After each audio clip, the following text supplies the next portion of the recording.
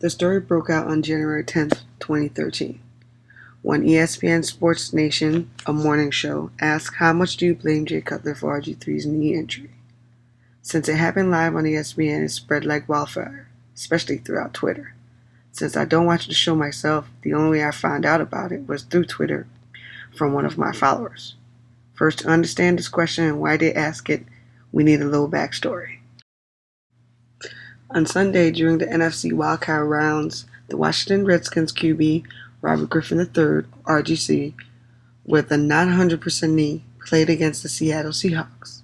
He played well until the first quarter where he tweaked his knee. He came back to play, and then he threw a 4-yard TD, and after that, he didn't produce the game.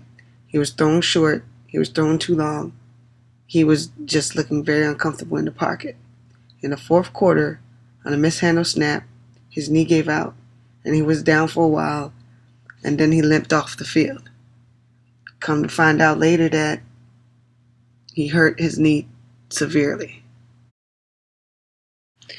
On the other hand, we have Jay Cutler, the quarterback for the Chicago Bears. 2 years ago in the NFC Championship game against the Green Bay Packers, towards the second half, he hurt his knee. He went in at halftime and got treatment and tried again in the third quarter. But since he wasn't able to produce, he was taken out by the medical staff and Lovie Smith.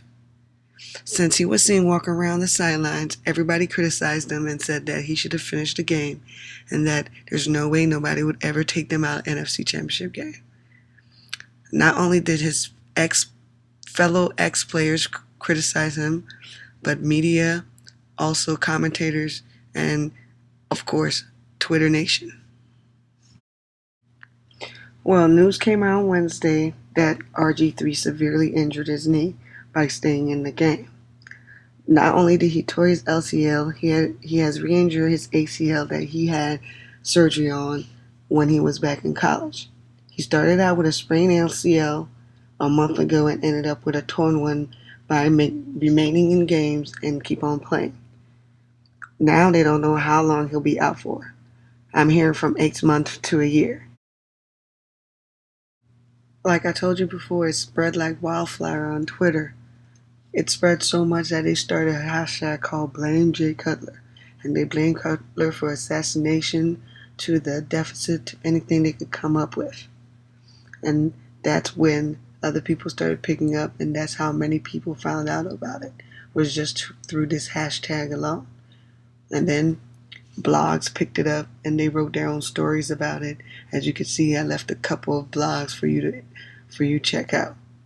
Also, even though it spread like wildfire through social media, I barely found anything on mainstream. I saw something on USA Today, but I'm not sure if it was related to Twitter. And I also saw some things on MSNBC, but since it was on their blog, I'm not sure if they even televised it or spoke about it. And since I didn't watch the news in Chicago, I'm not really sure if they were talking. The significance of this story shows us that the media is no longer impartial. They just don't state the facts and tell us what happened and what didn't happen. The tone they use, how they portray the stories based upon how they feel about you. If they like you, they glorify you. If they don't like you, they villainize you. Even though the same thing happened to Jay that happened to RG3, RG3 didn't catch as much flack as Jay did. But instead, the flack went to Shanahan, even though people were criticizing Lovie Smith and the medical staff, which is rare because most people think that Jay Cutler took himself off the game. And just because you're limping and walking around on the sideline doesn't mean you're 100%. It doesn't mean that something significant hasn't happened. And we also learned that Twitter is a good source of media. And sometimes they break news before anybody else does. And that's a good thing in the long run.